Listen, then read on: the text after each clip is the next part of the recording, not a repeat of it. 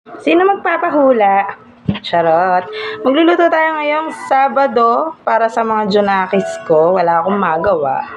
So, it's video time. Charot, charot, charot. Ayan, magluto na tayo. Papakita ko sa inyo kung ano yung lulutuin ko.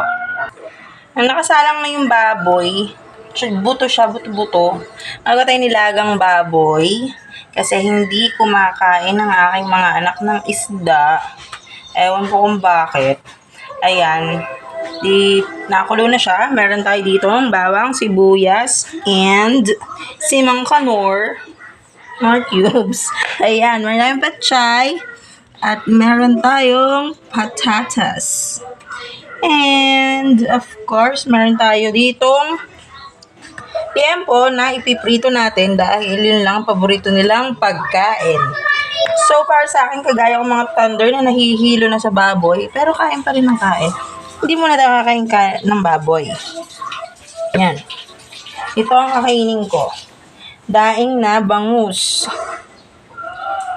Timplado na yan. Nakakabili naman ng timpla na, so hindi ka na mahihirapan. Ipiprito mo na lang siya. Dahil dyan, inaantay pa nating kumuluan ng mas kulong-kulong-kulo para malambot. Magkakape muna tayo. Ayan.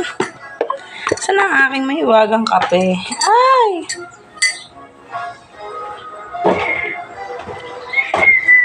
Hey! Bangkay na! Bangkay na yung kape. May kumakaway dito sa likod ko. Ano pangalan mo? Panyang. Panyang? Solomon. Solomon malaking ngipin? Doyo pala. Paano muna yung ayan na yung bola sa volleyball, paano titira? Yan na yung bola! Ulit. Okay, maglaro na kayo doon. Yan, habang nag-aantay tayo ng pagkulo, gagawa tayo ng reviewer ng mga bata. Natutuwa ako kasi ako kay Tutay kasi kailangan palang dalhin dito sa San Pablo para sumipag, mag-aral. Ay, masipag na siya ngayon. Mamaya magsasagot siya. Tuwan-tuwa siya magsagot. Nilagay ko na yung bawang at saka sibuyas. Tapos lagyan ko ng pamintang buo.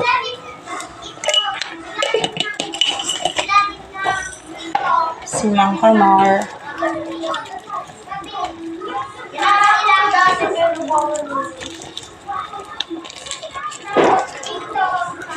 Simang kanor?